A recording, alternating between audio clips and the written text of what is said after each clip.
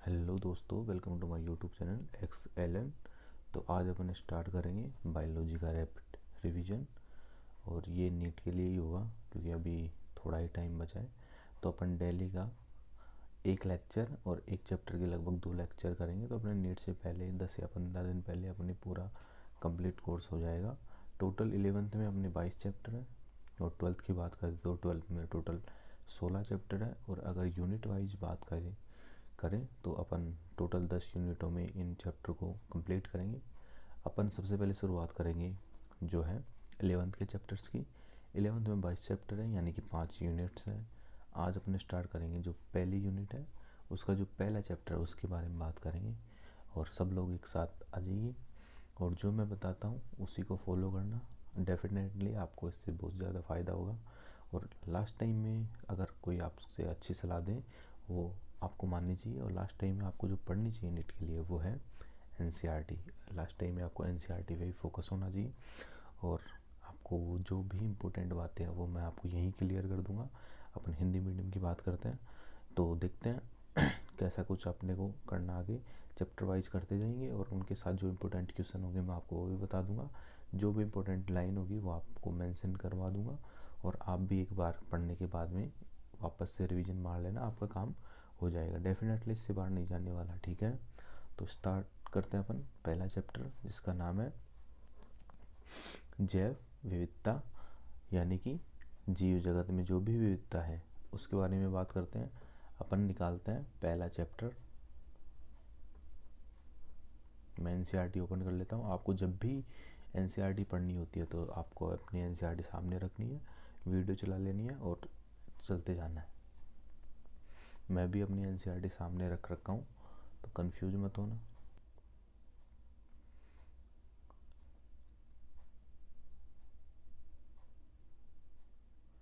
अभी मैं marker use कर लेता हूँ।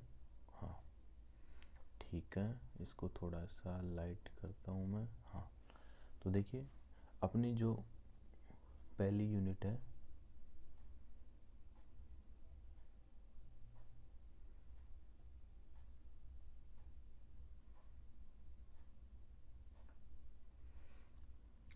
उसका नाम है जीव जगत में विविधता। देखिए जो पहली यूनिट में ये जो लिखा हुआ पोर्शन होता है इतना, इसमें ज़्यादा कुछ इम्पोर्टेंट नहीं होता, लेकिन कई बार क्वेश्चन कुछ भी कहीं से भी आ सकता है एनसीईआरटी की किसी भी लाइन से। तो आपको एक बार सभी को रीडिंग मारनी है क्योंकि लास्ट टाइम है, तो एक बार रीडिंग मार के छोड़ दीजिए। तो देखिए जीव जगत सभी प्रकार के जीवन रचना जैव प्रक्रमों का विज्ञान है। जीव जगत कौतूहल जैव विविधताओं से परिपूर्ण है। आदि मानव आसानी पूर्वक निर्जीव पदार्थों सजीव एवं सजीवों के बीच अंतर कर सकता था। यानी कि जो अपन बात करते हैं जो प्रिमिटिव ह्यूमंस थे यानी कि जो आदि मानव थे वो कैसे अंतर करते थे। वो करते थे उनके द्वारा भय या दूर भागने के आधार पर, खाना खाना प्राप्त होने के आधार पर। इस आधार पर आदि मानव उनको एक दूसरे से सेपरेट करते कि इनसे अपने को खतरा है, इनसे अपने को यूजेज प्राप्त होता है। तो इस आधार पर उनको डिवाइड करते थे।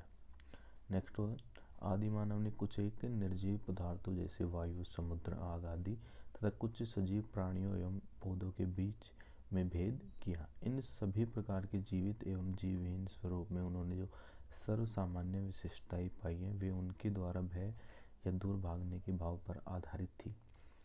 तो अभी जैसा कि मैंने बताया ये वही है। सजीवों का वर्णन जिसमें मानव भी शामिल था मानव इतिहास में काफ़ी बाद में प्रारंभ हुआ।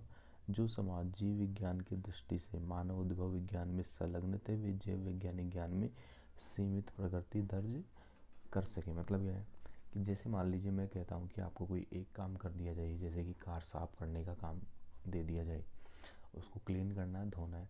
और फिर मैं आपसे कहूँ क्या आपने कभी घर की सफाई की है या आपको घर की सफाई के बारे में पता है, तो आपको वैसे तो नॉर्मल आइडिया तो होगा कि कैसे करनी है, लेकिन आपको एक पर्टिकुलर आइडिया नहीं होगा। पर्टिकुलर आइडिया आपको होगा कार साफ़ करने के बारे में, यानी कि जो आपको काम दिया गया आपको उसी के बारे में पता होगा। नेक्स्ट अपन बात करते हैं जीव स्वरूप के वर्गीय विज्ञान एवं स्मारकीय विवरण ने विस्तृत पहचान प्रणाली, नाम पद्धति तथा वर्गीकरण पद्धति की आवश्यकता प्रदान की। मतलब इतने सारे जीव स्वरूप यानी कि डिफरेंट डिफरेंट स्पीसीज, इतने सारी विभिन्नता है। आज अपन देखते हैं पृथ्वी पर इतनी सारी जैव विविधता है, तो क्या अपने को कुछ तो आवश्यकता महसूस होगी कि क्यों ना इनको एकत्रित किया जाए, इनको पढ़ने का एक सरल तरीका ईजाद किया जाए। तो उसी के लिए जो भी टाइम पे अपने को जो भी इक्विपमेंट्स या जो भी पद्धति या प्रणाली की आवश्यकता पड़ी, उसी के बारे में अपने को इस चैप्टर में बताया गया है। जिसमें देखिए पहचान प्रणाली, नाम पद्धति और वर्गीकरण। पहचान, नामकरण और वर्गीकरण। मान लीजिए आपको किसी भी चीज़ को एक सिस्टमेटिक तरीके से वर्गीकृत करना है, तो सबसे पहले आप क्या करोगे? सबसे पहले आपको उस चीज़ को आइडेंटिफाई करना होगा, मतलब पहचानना होगा। उसके बाद में आपको उसका एक नाम देना होगा। नाम देने के बाद में आपको उसको एक स्पेशल कैटेगरी में रखना होगा। यही तो होता है पहचान, नामकरण और वर्गीकरण। नेक्स्ट देखिए, इस प्रकार के अध्ययनों का सबसे बड़ा प्रचलन सजीवों द्वारा ऊर्ध्वाधर एवं क्षैतिज दोनों ही समानताओं की भागीदारी को मान्यता देना था। मतलब क्या है?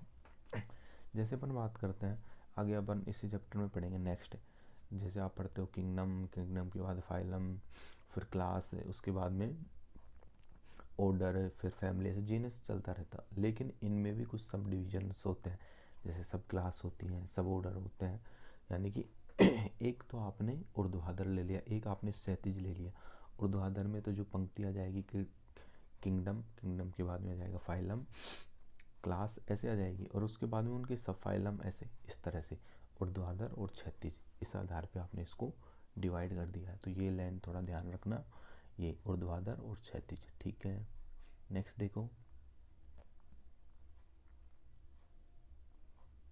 वर्तमान के सभी जीवों के परस्पर संबंध और साथ ही पृथ्वी पर आदिकाल वाले सभी जीवों के साथ उनके संवादों का रहस्योद्घाटन मानवीय अहंकार और जैव विविधता के संरक्षण के लिए एक सांस्कृतिक आंदोलन के कारण थे। इस इकाई के अनुगामी अध्यायों में आप वर्गीकरण, परिप्रेक्ष्य, वैज्ञानिक प्राणियों एवं पादपों के वर्गीकरण सहित वर्णन के बारे में पढ़ेंगे। मतलब क्या हुआ कि जैसे ही अपने को पता चला कि सभी जीव एक ही जीव से उत्पन्न हुए हैं, या फिर कह सकते हैं कि सभी जीव जो आप देखते हो फ्यूचर में या वर्तमान में, जो आप जितने भी जीव देख रहे हो, कहीं ना कहीं इनका पूर्वज एक कोशिका वाला ही कोई बैक्टीरिया था, और उसी से इवोल्यूशन के थ्रू इतनी सारी पॉपुलेशन या इतनी सारी जैविकता का निर्माण हुआ है। और इससे सभी का अहंकार खत्म हो जाता है कि नहीं, उसको तो स्पेशल किसी ने बनाया, ऐसा कुछ नहीं है। सबका विकास एक ही से हुआ है, अकॉर्डिंग टू साइंस या फिर बायोलॉजी। मैं किसी धर्म विशेष के बारे में नहीं बता रहा, मैं बता रहा हूँ आपको साइंस की परिभाषा के बारे में, इवोल्यूशन के बारे में। इवोल्यूशन क्या कहता है, साइंस क्या कहती है, ठीक है। ये तो होती है किसी भी यूनिट के जो स्टार्टिंग में आपको बताया जाता है। बेसिकली यहाँ से क्वेश्चन कभी नहीं पूछा जाता, लेकिन अगर आपकी किस्मत ज़्यादा ही अच्छी है तो यहाँ से क्वेश्चन पूछा जा सकता है। तो एक बार रीडिंग ज़रूर मारना, ठीक है। नेक्स्ट अपन आते हैं चैप्टर में। अब चैप्टर से पहले आपको ऐसे ही एक साइंटिस्ट के बारे में कुछ दिया हुआ होता है। सबसे पहले बात करते हैं कि जो आपकी फर्स्ट यूनिट में जो पहला साइंटिस्ट है, उनका नाम है अर्नेस्ट मेयर। इनके बारे में 2-3 लाइनें आपको याद रखनी है। वैसे तो इतनी सारी आपसे कोई नहीं पूछता, पर 1-2 लाइन जो होती हैं वो आपसे ज़रूर पूछता है, उसी को आपको ध्यान में रखना है। देखते हैं क्या लिखा है। देखो, अर्नेस्ट मेयर का जन्म 5 जुलाई 1904 कैम्पटन, जर्मनी में हुआ। आप हार्वर्ड विश्वविद्यालय के विकासपरक जीव वैज्ञानिक थे, जिन्हें 20वीं सदी का डार्विन कहा गया। ये बात इम्पोर्टेंट है, जिन्हें 20वीं सदी का डार्विन कहा गया। यहाँ से क्वेश्चन पूछ सकते, तो आप इसको ध्यान रखना। नेक्स्ट देखिए, आप अब तक के 100 महान वैज्ञानिकों में से एक थे। मेयर ने सन 1953 में हार्वर्ड विश्वविद्यालय की कला एवं विज्ञान संकाय में नौकरी प्राप्त की। 1975 में अलेक्जेंडर और अगासी, जो प्रोफेसर ऑफ जूलॉजी एमेरिटस की पदवी, तो इसमें से आपको ये पूछ सकता है कि Alexander Agassiz professor of zoology emeritus की पदवी निम्न में से किस वैज्ञानिक को दी गई थी? तो नाम आ जाएगा अर्नेस्ट मेयर। तो ऐसे आपको ध्यान रखना है। अपने 80 कालों के कार्यकाल में आपका जीवन में आपका पक्षी विज्ञान, वर्गीकरण विज्ञान, प्राणी भूगोल, विकास, वर्गीकी तथा जीव विज्ञान के इतिहास, प्रदर्शन आदि पर अनुसंधान केंद्रित रहा। ये आपसे कोई नहीं पूछेगा। नेक्स्ट आइए, आपने लगभग अकेले ही विकासीय जीव विज्ञान के केंद्रीय प्रश्न जाति विविधता की उत्पत्ति को खड़ा किया, जो कि आज सच है। इसके साथ ही आपने हाल ही में स्वीकृत जीव वैज्ञानिक जाति वर्ग की परिभाषा की अगुवाई की। देखिए, इसमें ये बात थोड़ी सी इम्पोर्टेंट है। कौन सी? इवोल्यूशनरी विकासीय जीव विज्ञान, इसको बोलते हैं इवोल्यूशनरी बायोलॉजी। मतलब क्या है कि जैसे जैसे इवोल्यूशन हुआ, अब इवोल्यूशन कैसे होता है, एक जीव से एक नया विकसित जीव का निर्माण होता है। क्योंकि एक जीव बना फिर उससे एक नया विकसित जीव बना, दोनों अलग अलग स्पीसीज हो गई। ऐसे ही इन 2 से 4 कोई नई स्पीसीज बन जाएगी। ऐसे ही क्या हो जाएगा, एक जैव विविधता क्रिएट हो जाएगी। यानी कि इवोल्यूशन जो है वो जैव विविधता को जन्म देता है और इसी से क्या होती है, पॉपुलेशन बढ़ती है। तो यही तो कहा विकासीय जीव विज्ञान, इवोल्यूशन ने ही आपकी जैव विविधता को खड़ा किया है। ये इन्होंने बात पहले ही बता दी थी, जो कि आज बिल्कुल सच है ये बात, ठीक है। इसके साथ ही में जीव वैज्ञानिक जाति की परिभाषा। जाति क्या होती है, एक ही जाति के वे जीव जो आपस में जनन करके जनन सम संतति को उत्पन्न करते हैं, वो क्या है, एक ही जाति के जीव। मतलब क्या है कि मान लीजिए दो मेल एक फीमेल है, ह्यूमन स्पीसीज, जब वो आपस में जनन करते हैं एक फर्टाइल संतति उत्पन्न करते हैं, तो क्या है, एक ही स्पीसीज के क्या है, जीव है। अब मैं बात करता हूँ कि मान लीजिए एक ह्यूमन का मेल है और एक, अब मैं आपसे कहता हूँ कि एक ह्यूमन है और एक बंदर है, ये आपस में रिप्रोडक्शन करते हैं, क्या इनसे जनन संतति पैदा होगी, बिल्कुल नहीं होगी। तो ये क्या हुई, एक जाति के जीव नहीं हुई है। याद रखिए इनकी जो जाति की परिभाषा है वो बैक्टीरिया के लिए, यानी कि जो प्रोकैरियोट्स हैं उनके ऊपर लागू नहीं होती। तो जाति की परिभाषा की अगुवाई उन्होंने की। नेक्स्ट देखिए, मेयर को 3 पुरस्कार दिए गए जिन्हें व्यापक तौर पर जीव विज्ञान के तीनों ताज की संज्ञा दी जाती है।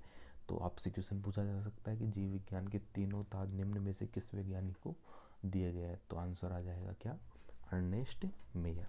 नेक्स्ट देखिए, कौन कौन से दिए गए इनको 1983 में बोल्जम प्राइज, 1998 में कौन सा इंटरनेशनल प्राइज और 1999 में कौन सा कुफर्ड प्राइज। आपको इससे याद रखना है BIC, कैसे BIC, बोल्जम, इंटरनेशनल और कुफर्ड। 100 वर्ष की आयु में 2004 में आप स्वर्गवासी हो गए। इसमें 3-4 बातें वो आपको याद रखनी है। एक तो जीव विज्ञान का ये 20वीं सदी का डार्विन किसे कहते हैं, और एक जो इन्होंने इवोल्यूशनरी बायोलॉजी की परिभाषा दी थी और जाति की जैविक अवधारणा दी थी, ये चीज़ आपको याद रखनी है। अब बात करते हैं नेक्स्ट, अपन आते हैं टॉपिक पे। अपना पहला जो चैप्टर है उसका नाम है जीव जगत, यानी कि द लिविंग वर्ल्ड, इंग्लिश में ऐसा कुछ है। सबसे पहले बात करते हैं कुछ बेसिक, जो मैं आपको इम्पोर्टेंट बताऊँ वो आपको याद रखना है और वो ही आपको तैयार करना है। सबसे पहले बात करते हैं थोड़ा सा जो पढ़ा हुआ है उसके बारे में बात करते हैं अपन। देखिए, जीव जगत कैसा निराला है, जीवों के विस्तृत प्रकारों की श्रृंखला विस्मयकारी है। असाधारण वास स्थान व ठंडे पर्वत, पर्णपाती वन, महासागर, अलवणीय मीठा जलीय झीलें, मरुस्थल अथवा गर्म झरने जिनमें जीव रहते हैं, वे हमें आश्चर्यचकित कर देते हैं। सर पर दौड़ते घोड़े, प्रवासी पक्षियों, घाटियों में खिलते फूल अथवा आक्रमणकारी सार की सुंदरता विस्मय तथा चमत्कार का आह्वान करती है। यहाँ तक कोई आपसे नहीं पूछता, ये तो जनरल बात है। अब जो थोड़ी सी इम्पोर्टेंट बात है वो याद पारिस्थितिक विरोध तथा समष्टि के सदस्यों तथा समष्टि के और समुदाय में सहयोग अथवा यहाँ तक कि कोशिका में आणविक गतिविधि से यह पता चलता है कि वास्तव में जीवन क्या है। मतलब कि जैसे अपन इकोलॉजी पढ़ेंगे तो वहाँ पे आएगी कि एक जो स्पीसीज है वो किसी अन्य स्पीसीज से आपस में कंपटीशन करती है और इसी कंपटीशन की वजह से कई बार कुछ नई स्पीसीज का जन्म होता है। जब आप इवोल्यूशन पढ़ते हो तो वहाँ पे भी कॉन्सेप्ट आता है अंतर विशिष्ट कंपटीशन, ऐसा कुछ आता है, आप देखना आप बात तब अपन पढ़ेंगे तब वहाँ पे जरूर आएगा ये टॉपिक। दूसरा आता है कि कोशिका में आणविक गतिविधि से भी पता चलता है कि वास्तव में जीवन क्या है। कोशिका के अंदर अपन जब पढ़ेंगे तो वहाँ पे कुछ मॉलिक्यूल्स होंगे, वो आपस में रिएक्शंस करेंगे, उस रिएक्शन से कुछ नए मॉलिक्यूल्स का निर्माण होगा। तो उसी की वजह से क्या होता है, नई अपने को मॉलिक्यूल्स मिलते हैं, यानी कि 2 मॉलिक्यूल एक तीसरे मॉलिक्यूल का निर्माण करते हैं। ठीक है, इस प्रश्न में 2 निर्विवाद प्रश्न है। पहला तकनीकी है, जो जीव तथा निर्जीव क्या है इसका उत्तर खोजने का प्रयत्न करता है, तथा दूसरा प्रश्न दार्शनिक है, जो यह जानने का प्रयत्न करता है कि जीवन का उद्देश्य क्या है। मतलब आपके जीवन का उद्देश्य क्या है, डॉक्टर बनना है, इंजीनियर बनना है या फिर और कुछ है। जैसे वैज्ञानिक होने के नाते हम दूसरे प्रश्न का उत्तर देने का प्रयास नहीं करेंगे, इस विषय पर चिंतन करेंगे कि जीवन क्या है। देखो दो निर्विवाद, एक तो तकनीकी, एक होता है दार्शनिक। तकनीकी तो ये है कि जैसे मान लीजिए आप कोई चीज़ डॉक्टर बनना चाहते हैं, इंजीनियर बनना चाहते हैं, एक्टर बनना चाहते हैं, ये तो नॉर्मल बात हो गई। लेकिन दार्शनिक लेवल पर बात करेंगे तो जीवन का उद्देश्य क्या है, मोक्ष प्राप्ति। और मोक्ष प्राप्ति कैसे होता है, डॉक्टर बनने से या इंजीनियर बनने से नहीं, उसका अलग अलग धर्म में अलग अलग अर्थ है उसका। तो अपन उस विषय में बात कभी नहीं करेंगे। वो दार्शनिक जो होते हैं, वो बाबा जी वगैरह जो भी होते हैं वो बात करते हैं, अच्छी बातें बताते हैं, तो वो भी उनका उद्देश्य होता है। अपन बात करते हैं फिलहाल साइंटिफिक लैंग्वेज में, ठीक है। नेक्स्ट जो अपनी हेडिंग है वो है जीवन क्या है। मतलब देखो, जब हम जीवन को परिभाषित करने का प्रयत्न करते हैं तब हम प्रायः जीवों के सुस्पष्ट अभिलक्षणों को देखते हैं, जैसे वृद्धि, जनन, पर्यावरण के प्रति संवेदना का पता लगाना और उसके अनुकूल क्रिया करना। यानी कि जब अपन किसी ये देखते हैं कि जीवन क्या है, तो सबसे पहले अपन यही देखते हैं कि कोई चल फिर रहा है या फिर कोई जनन कर रहा है, या पर्यावरण के प्रति जैसे अपन उसको छूते हैं तो वो रिएक्शन करता है कि नहीं करता। तो ये सब चीज़ें अपने दिमाग में तुरंत आती हैं, ठीक है। ये सब हमारे मस्तिष्क में तुरंत आते हैं। ये अद्भुत लक्षण जीवों के हैं। आप इस सूची में उपापचय यानी मेटाबॉलिज्म, स्वयं की प्रतिलिपि बनाना, स्वयं को संगठित करना, प्रतिक्रिया करना तथा उद्गम आदि को भी जोड़ सकते हैं। आओ इन सबको विस्तार से समझे। उद्गम का मतलब क्या हुआ, इमर्जिंग प्रॉपर्टी। मतलब कई बार क्या होता है, अपन धीरे धीरे विकसित होते जाते हैं। कि जैसे मान लीजिए छोटा बच्चा होता है, उसका डाइजेस्टिव सिस्टम इतना मतलब हाईली डेवलप नहीं होता है, थोड़ा कमज़ोर होता है। लेकिन जैसे जैसे बड़ा होता जाता है तो उसका डाइजेस्टिव सिस्टम अच्छा खासा हो जाता है, ठीक है ना। यानी कि इमर्जिंग प्रॉपर्टी यानी कि विकसित होते हुए गुण। नेक्स्ट देखिए, सभी जीव वृद्धि करते हैं। बेसिकली सभी जीव वृद्धि करते हैं। जीव का मतलब जो जीवित है वो वृद्धि करते हैं। जीवों के भार तथा संख्या में वृद्धि होना, ये वृद्धि के द्वियुग्मी अभिलक्षण है। यहाँ से आपको एक क्वेश्चन देखने को मिलेगा, अगर आता है तो ये टॉप लाइन है जहाँ से क्वेश्चन पूछे जाने की संभावना सबसे ज़्यादा होती है। बहुकोशिकीय जीव कोशिका विभाजन द्वारा वृद्धि करते हैं। पौधों में यह वृद्धि जीवन पर्यंत कोशिका विभाजन द्वारा संपन्न होती रहती है।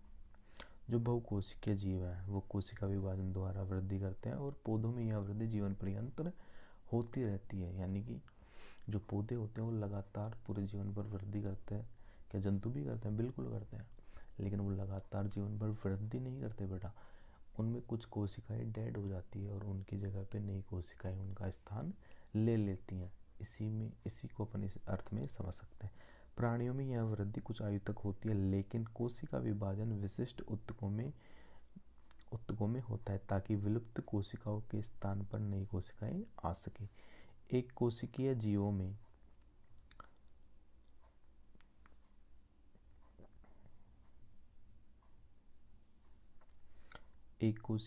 में कोशिका विभाजन द्वारा वृद्धि कोशिका विभाजन द्वारा वृद्धि करते हैं। बड़ी सरलता से कोई भी पात्र संवर्धन में सूक्ष्मदर्शी माइक्रोस्कोप से देखकर कोशिकाओं की संख्या गिन सकते हैं। अधिकांश उच्च कोटि का यानी कि जो अपन एक कोशिकीय यूनिसेलुलर जीवों की बात करते हैं तो वो क्या करते हैं, कोशिका विभाजन द्वारा वृद्धि करते हैं। देखो वृद्धि के अभी दो अपन ने लक्षण बताए थे, एक तो संख्या में, एक भार में। मान लीजिए कोई एक जीव है, जैसे ये कोई एक जीव है, इसमें क्या हुआ, डिवीजन हुआ, दो जीव बन गए, दो सेल बन गई, ये मान लीजिए सेल है, ठीक है। अब इन दो में वापस से डिवीजन होगा, ये दो और ये दो, कितनी हो गई, टोटल हो गई 4 2 6 1 7 सेल हो गई, यानी 1 से 7 बन गई। क्या हुआ, एक तो संख्या बढ़ी तो इनका भार भी बढ़ा। यानी कि आपने जनन हुआ तभी तो संख्या बढ़ी इनकी, यानी कि जनन का पर्यायवाची आपने इनकी संख्या को ले लिया तो वृद्धि के तो द्वियुग्मी वृद्धि के तो लक्षण होते हैं, कौन सा, एक तो भार में, एक संख्या में। तो ये वो ही कहना चाह रहा है क्या,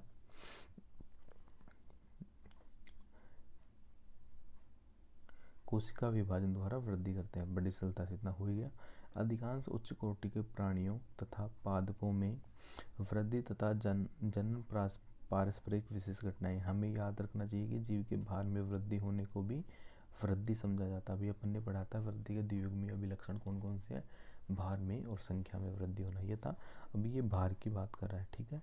यदि हम भार को वृद्धि का अभिलक्षण मानते हैं तो निर्जीवों के भार में भी वृद्धि होती है। पर्वत, गोलास व रेत के टीले भी वृद्धि करते हैं, लेकिन निर्जीवों में इस प्रकार की वृद्धि उनकी सतह पर पदार्थों के एकत्रित होने के कारण होती है।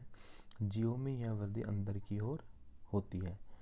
जीवों में यह वृद्धि अंदर की ओर होती है। याद रखना कि अगर पूछे कि वृद्धि क्या सुस्पष्ट अभिलक्षण है, नहीं है, लेकिन आंतरिक वृद्धि सुस्पष्ट अभिलक्षण है सजीवों का, ठीक है। आंतरिक वृद्धि आएगा वहाँ पे, वृद्धि तो नहीं है बेटा, वृद्धि तो सतह पर भी हो सकती है, अंदर भी हो सकती है, लेकिन अगर एक स्पेशल आपसे पूछा जाए तो उसमें क्या जाएगा, आंतरिक वृद्धि। ये अभी डिटेल में जाने की जरूरत नहीं है, आपको इतना तो पता होगा अगर आप रैपिड रिवीजन तक पहुँचे हो तो, ठीक है। नेक्स्ट देखिए, इसलिए वृद्धि को जीवों का एक विशिष्ट गुण नहीं मान सकते। जीवों में यह लक्षण जिन परिस्थितियों में परिलक्षित होता है उनकी विवेचना करके यह समझना चाहिए कि यह जीव तंत्र के लक्षण है, ठीक है। नेक्स्ट देखिए, इस प्रकार जनन भी जीवों का विलक्षण है। देखना बेटा, एक तो होता है क्या, हिंदी वाले ध्यान देना, अभिलक्षण, एक होता है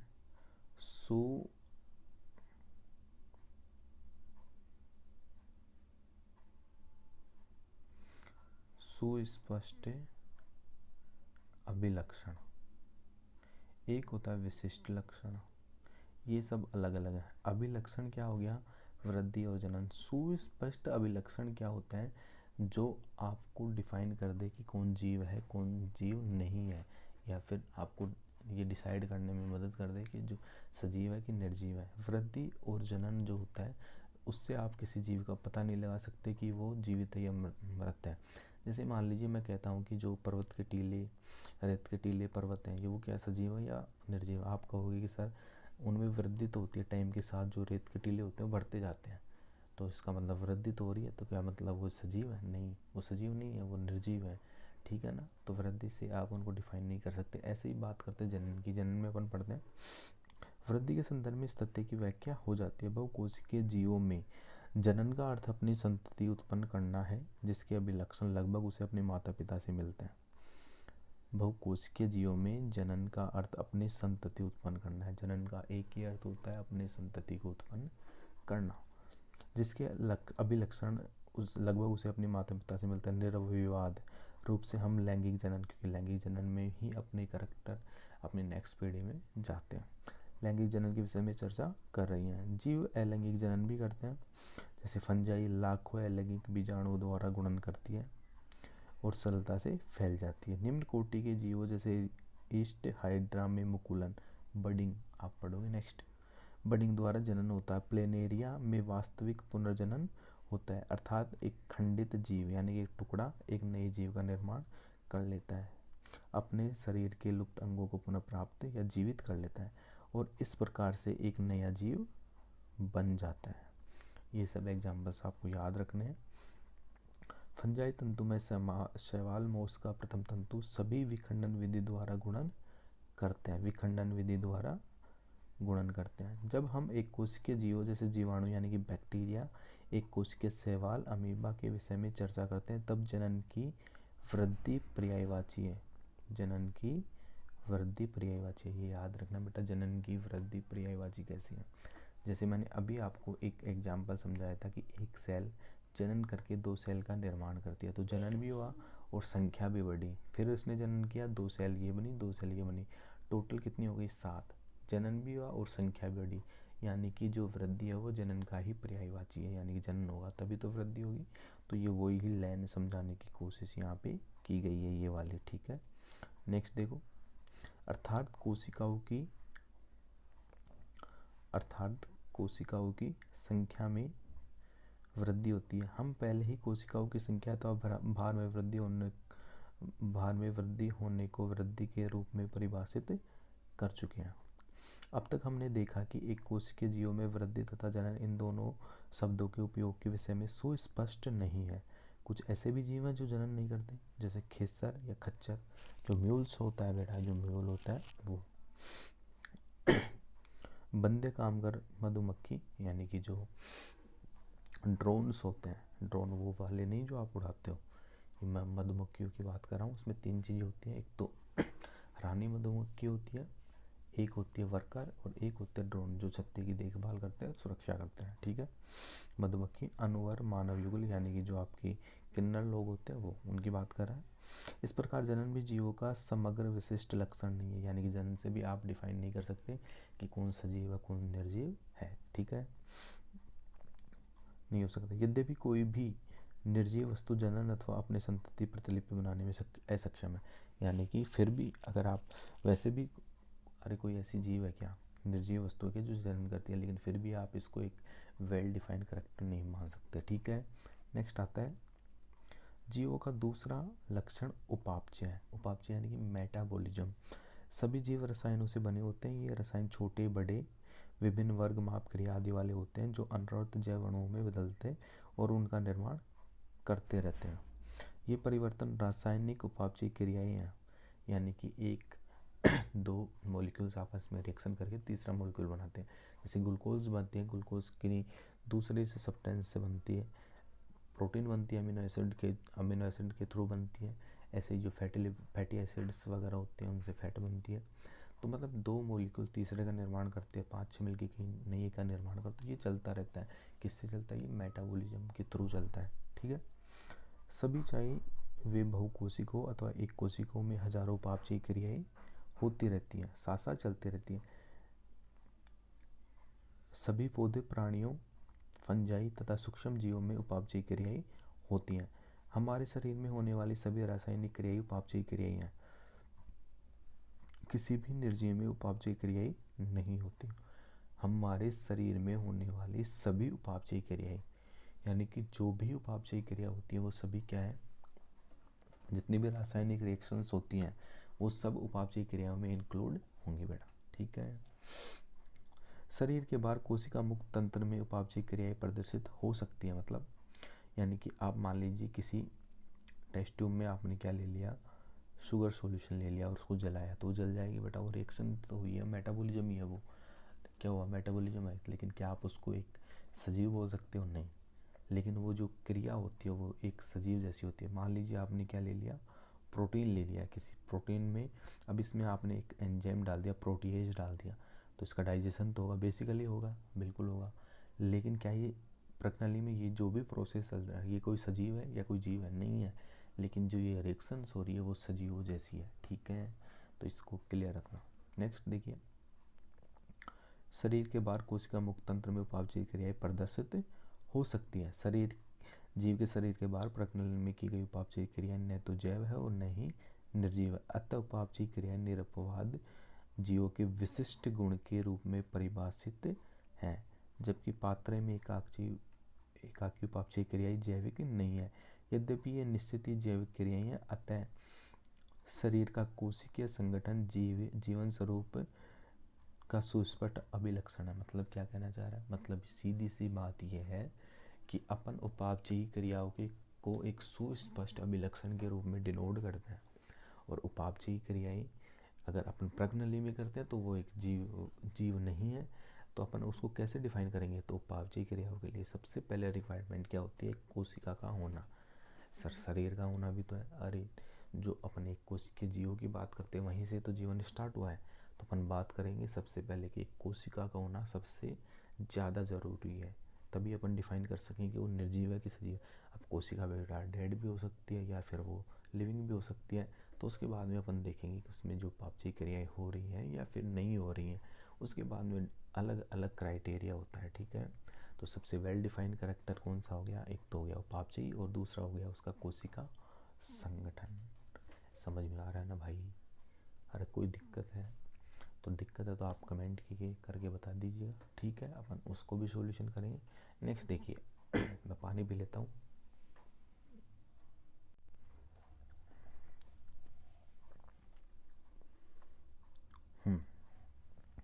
नेक्स्ट देखो, शायद सभी जीवों का सबसे सुस्पष्ट परंतु पेचीदा यानी कि जटिल अभिलक्षण अपने आसपास या पर्यावरण के उद्दीपनों, जो भौतिक, रासायनिक अथवा जैविक हो सकते हैं। भौतिक, रासायनिक, जैविक। भौतिक मतलब एनवायरनमेंट का कोई भी हो सकता है।